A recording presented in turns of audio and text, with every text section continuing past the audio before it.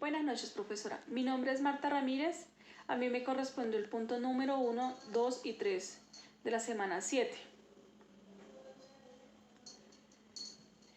Entonces, podemos asegurar que M1 es igual a efectivo en el poder del público más cuentas corrientes, medios de pagos de aceptación general, C, billetes y monedas en circulación y depósitos a la vista, M2 menos caucidineros, todas las anteriores, ninguna de las anteriores.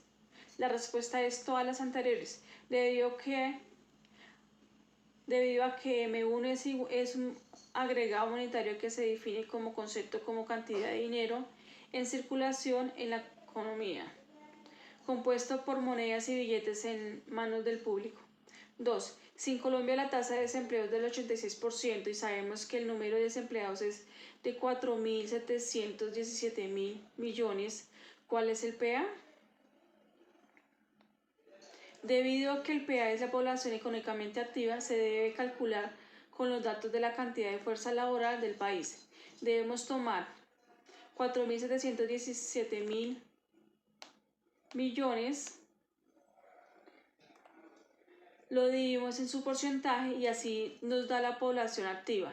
Y a su resultado le calculamos el 86%, así nos da como resultado el PA.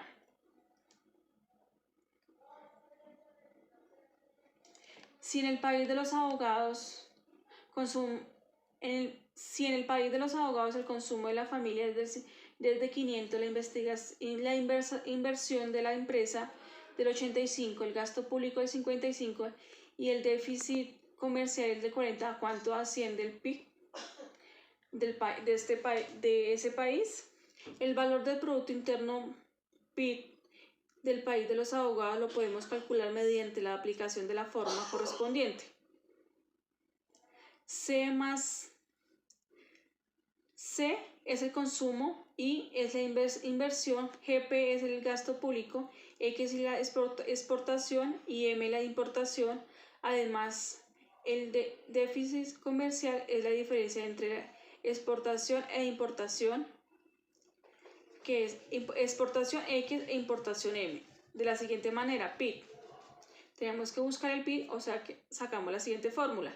C es igual a 500 y a 85, GP es igual a 55, déficit comercial X menos M igual a 40, fórmula del cálculo de producción interna bruta.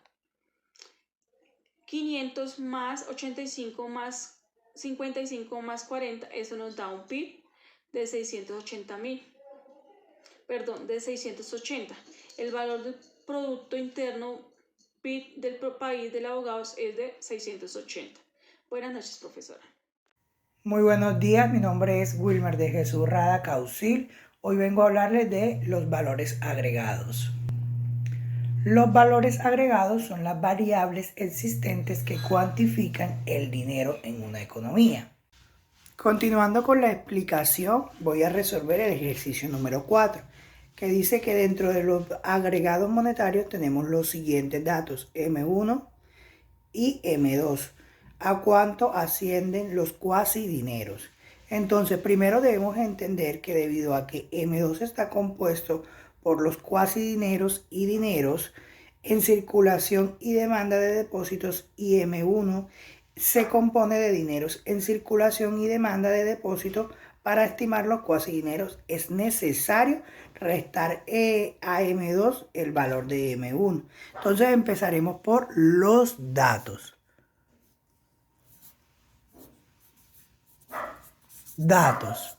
Entonces decimos que M1 es igual a 20.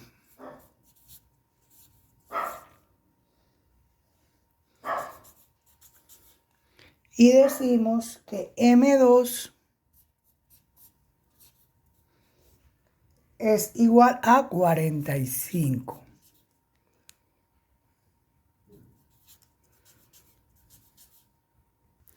Y decimos que cuasi dinero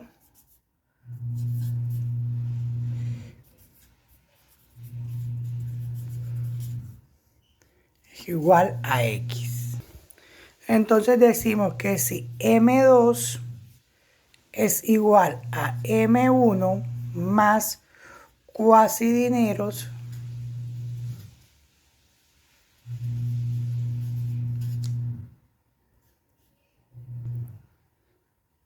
entonces decimos lo siguiente, que 45 es igual a 20 más cuasidineros.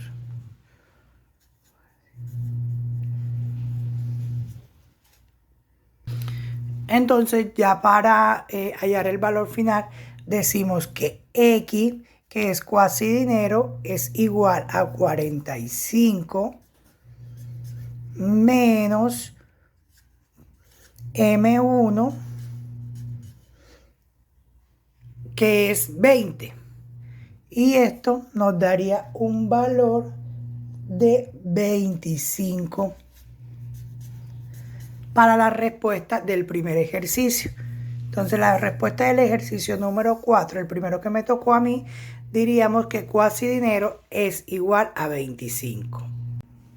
Continuando con el ejercicio número 5, podemos definir que para calcular primeramente es necesario identificar a qué corresponde cada cantidad dada el enunciado de la pregunta, diferenciando entre la población activa, ocupados, desocupados y población inactiva.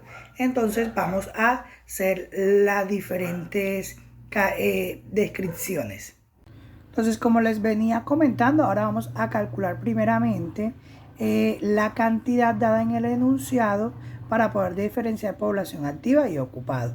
Entonces decimos que la población activa, que la denominaremos con PA, es igual a ocupados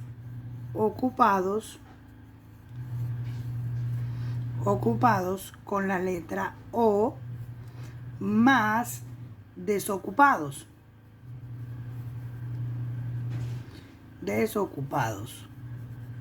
con la letra D. Entonces decimos que PA sería igual a toda la sumatoria, que serían ¿cuáles? 120 millones más 10 millones más 15 millones más 45 millones para una población activa de 190 millones, como lo dice el enunciado. Y O, que serían ocupados, es una población de 120 millones. Y D, que serían los desocupados, son 25 millones. La cual está representado en 10 millones que buscan trabajo y 15 millones que han renunciado a buscar trabajo. También podemos hallar la población inactiva, que sería I, que corresponde a 45 millones. Estos son los que no quieren trabajar.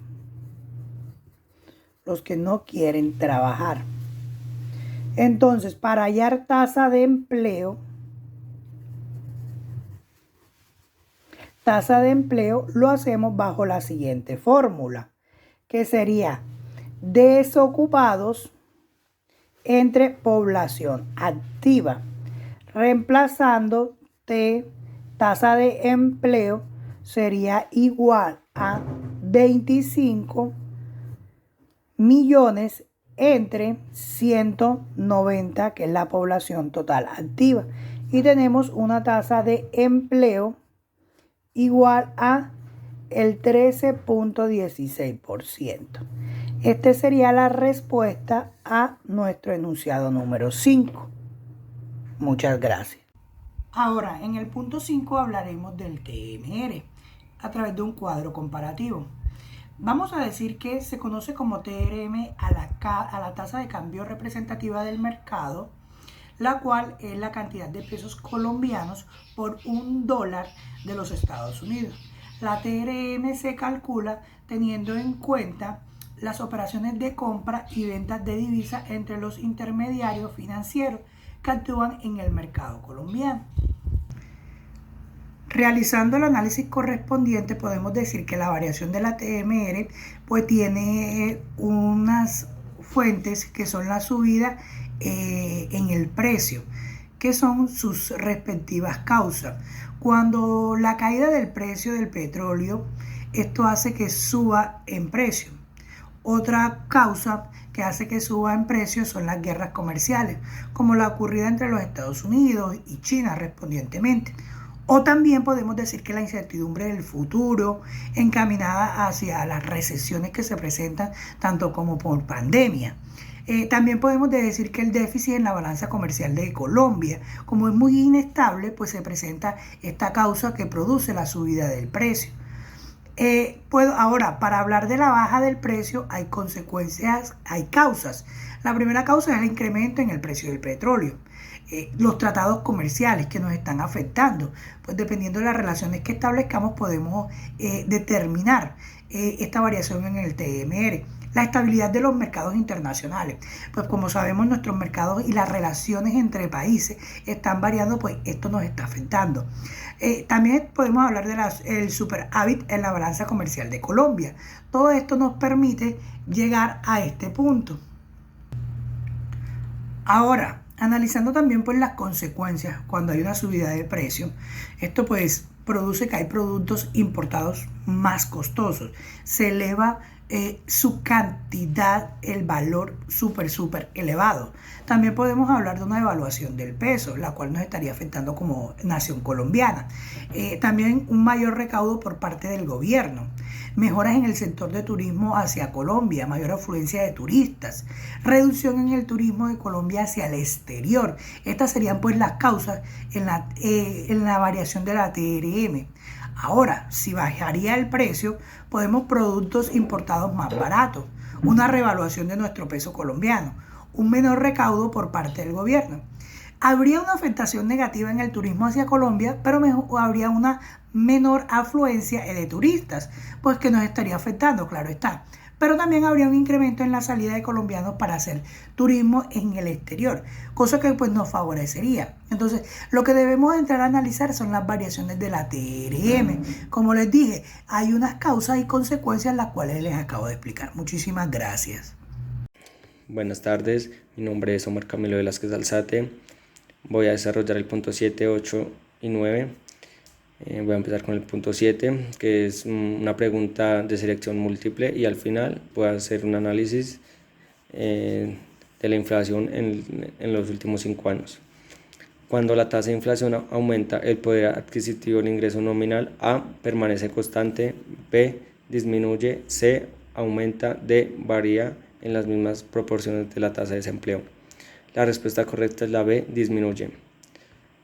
Porque la inflación es el aumento de los precios de los bienes y servicios de una economía, lo cual genera una pérdida en el poder adquisitivo de una población, provocando los efectos negativos de una economía.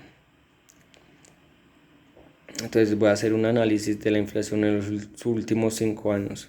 Para el 2018, el director del Departamento Administrativo Nacional de Estadística comunicó que la inflación anual del índice de los precios del consumidor fue de 3,18%, ubicándose en 2 puntos básicos debajo de la media y la moda.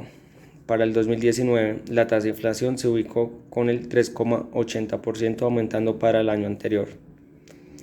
En el 2020 hubo un cambio rotundo donde se evidenció la disminución de la inflación con el 1,61%. Para el año 2021 tuvo un 5,62%, convirtiéndose el índice más alto de inflación en Colombia. Para cerrar, en el primer semestre del año, el año 2022, la inflación se encuentra en 9,07% hasta junio, mientras la variación mensual fue de 0,84%. Esto nos da un aumento relativo a comparación del año anterior.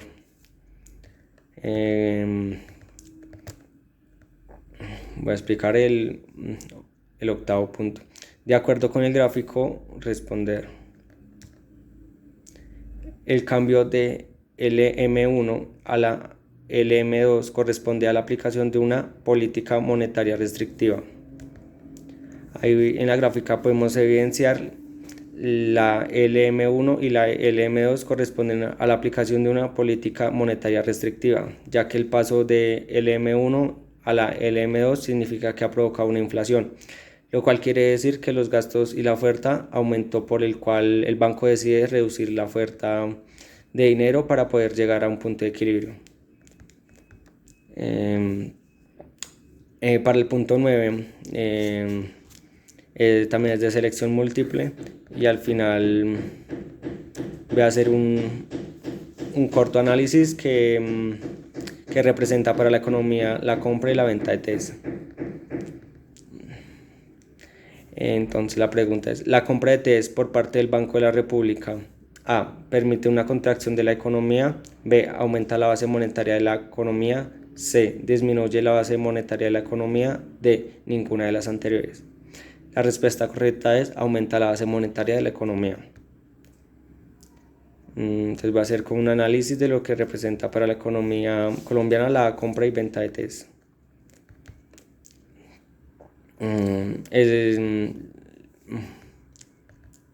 La compra y venta de TES es una de las formas mediante las cuales el gobierno recibe un financiamiento con las operaciones de mercados con los títulos de tesorería de clase B. Estos son emitidos por el Ministerio de Hacienda y administrados por el Banco de la República y le permiten al gobierno obtener un financiamiento de acuerdo a una tasa ya sea fija o variable.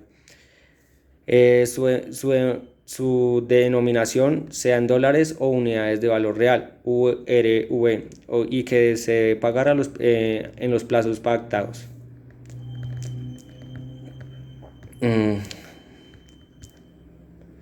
Además, porque el Banco de la República es el encargado de emitir, manejar y controlar los movimientos monetarios del país y realiza las compras para compensar los retiros permanentes de liquidez que ha hecho el Ministerio de Hacienda y Crédito Público, es decir, con las ventas de dólares complementamos las sumas en las compras de TES. Vale, muchas gracias. Buenas noches, compañeros. Mi nombre es Francia Mayor Litiga. En esta ocasión voy a presentarles el punto 10, 11 y 12 de la entrega final de macroeconomía. Para el punto número 10 tenemos 5 respuestas múltiples en las cuales tenemos que escoger cuáles representan la macroeconomía y cuáles representan la microeconomía. La respuesta para nuestro grupo sería la C y la E para macroeconomía, que en este caso la C es la tasa de desempleo en Colombia es del 20% y la E, que es el Producto Nacional Bruto, está disminuyendo. Nosotros incrustamos en nuestra presentación que las respuestas, el objetivo general de la macroeconomía es una perspectiva general con unos sujetos de estudio, los cuales son una economía nacional u global.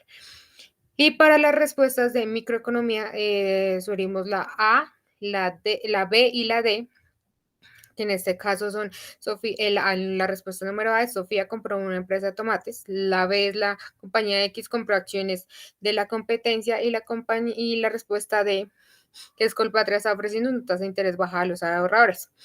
Los objetivos de la microeconomía es una perspectiva individual, con sujetos de estudio individuales como empresas o consumidores.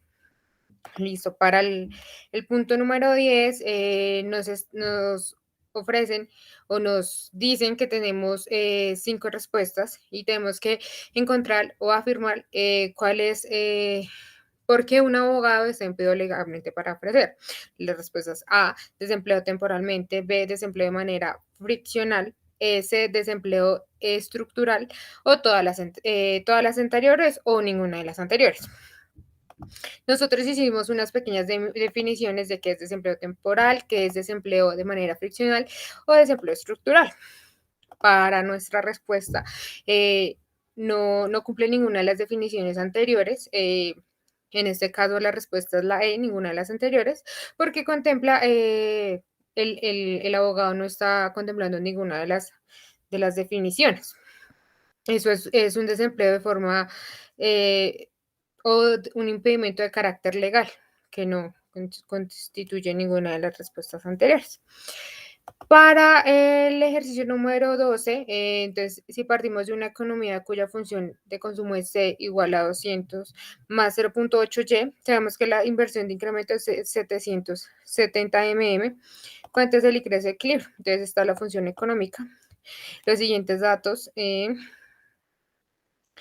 la respuesta. En este caso es I igual a 1350 menos IA. Muchas gracias, compañeros, por su atención. Buenas tardes, compañeros. Mi nombre es Jenny Andrea Aguilar y yo les voy a explicar el punto número 13 de nuestro trabajo colaborativo, que dice: las siguientes ecuaciones representan el comportamiento de la economía colombiana. En este conjunto pues, tenemos todos los valores que nos indican y el punto número A dice que debemos hallar el valor del multiplicador. En este caso, hallamos la proporción marginal y lo descomponemos y hallamos el multiplicador, que en este caso es 2,7. La expresión matemática de la curva de equilibrio y S del mercado de bienes y servicios. Entonces, en este caso tenemos los valores de consumo, ingreso y gasto.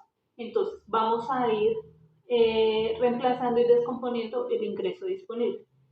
En este caso, pues bajaríamos y descomponeríamos todos nuestros valores y nos daría 12,75 menos 5,4 como curva de equilibrio. Y la expresión matemática de la curva de equilibrio mercado del dinero. Entonces bajamos el consumo y tenemos que buscar la igualdad entre la oferta de demanda y la oferta monetaria, y en este caso nos daría D igual a 440 más 121. El valor de la tasa de interés de equilibrio. Entonces, en este caso, tomamos los valores que nos dieron en la curva de mercado de bienes y servicios y el valor que nos dio en la curva de mercado de dinero. Para hallar este valor, debemos desplazar el valor que nos dio 12,75 en la curva del mercado de bienes y servicios, y en el mercado de dinero tomamos este valor para hallar el interés. Y asimismo se hace acá, 121 y 5,41.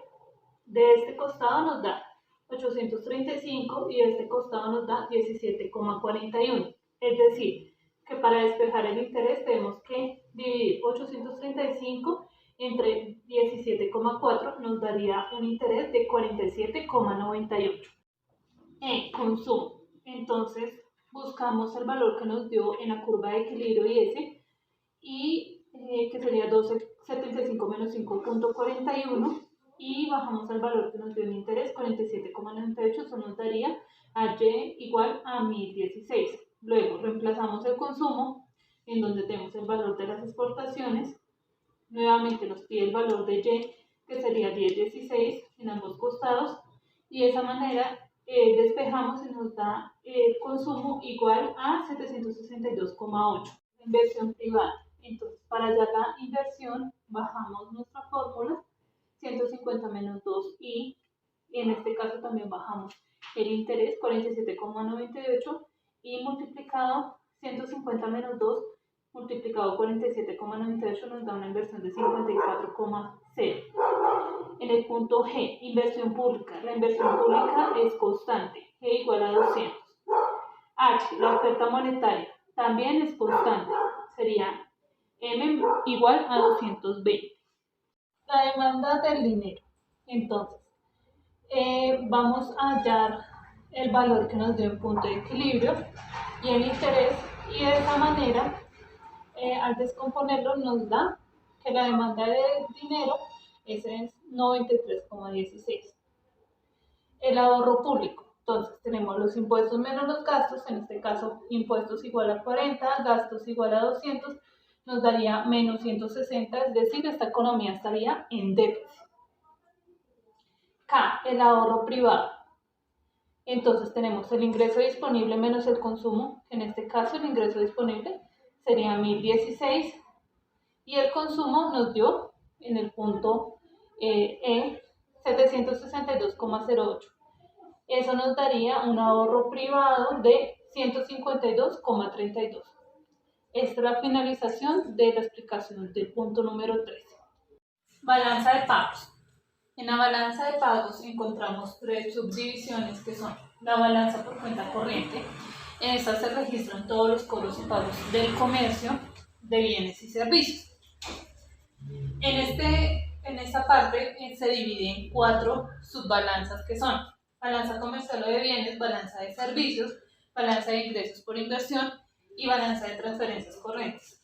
En la balanza comercial o de bienes encontramos los carros, el café, el petróleo. En la balanza de servicios encontramos el software o el internet. En la balanza de ingresos por inversión encontramos las utilidades de inversión, que como su nombre lo dice, son lo que recibimos por las inversiones que hacemos en otro país. La balanza de transferencias corrientes vienen siendo las donaciones y las remesas. Entonces, seguimos con la balanza capital. Esta se da por la compra y venta de activos intangibles. En este caso, vienen siendo los derechos de autor, las concesiones, las marcas registradas, las inversiones para la infraestructura que se va a usar en nuestro país. La balanza financiera. En esta cuenta se registran las compras y ventas de activos como tierras, acciones, bonos. Asimismo, esta tiene 6 variaciones. Entonces, bien, la inversión extranjera o directa, la inversión de cartera, derivados financieros, variación de reservas, errores y omisiones y otras inversiones. En las inversiones extranjeras directas está la maquinaria y equipos, la inversión de cartera, entonces las acciones o fondos, inversiones, derivados financieros, los billetes extranjeros que recibimos, variaciones de reservas, entonces cuando se recibe otro tipo de pagos, puede ser en este caso como el oro, errores y omisiones, bueno, ese es el ajuste que se hace por otro tipo de operaciones que no están efectuadas y bueno, y otro tipo de inversiones. Colombia durante los últimos años ha presentado una tendencia al déficit comercial, teniendo que solicitar dinero y generando mayor deuda externa. Y esto ha generado en los economistas gran preocupación. Y para que se mejore el déficit sería importante que el país tuviera más inversión extranjera y reducir las importaciones. Entonces, en el punto número 15 nos pide explicar cada una de las políticas económicas en Colombia. Entonces, en Colombia existen 4 políticas económicas. La primera es la política monetaria. En estas son todas las medidas que se toman respecto a los precios, su estabilización y el flujo de dinero en circulación. Entonces, esta política es manejada mayormente por el Banco de la República, quien es el encargado de la estabilización de los precios y la inflación, mantener baja la inflación. Sigue la política fiscal, son todas las medidas que toma el Estado para los procesos del sector público. Entonces, en este caso está regular los gastos y el recaudo de los impuestos, además que manejar un salario adecuado para las personas del poder público. Sigue la política exterior, que son todas las medidas que toma el Estado con el resto del mundo. Entonces, en este caso, están las negociaciones, en el caso de que haya algún pleito fronterizo, entonces ahí está la comunicación fronteriza. También esto nos muestra cómo está la situación actual del país frente al mundo, cómo nos vemos frente a ellos. Está la política de rentas, que son todas las medidas que se toman con respecto a la inflación a la economía del país. Entonces también está en estas el control de los salarios, el control del salario mínimo legal y de esta manera pues se hace una negociación con las grandes empresas para decidir cuánto año tras año se incrementa el salario mínimo. Esta política es la encargada de realizar este ajuste.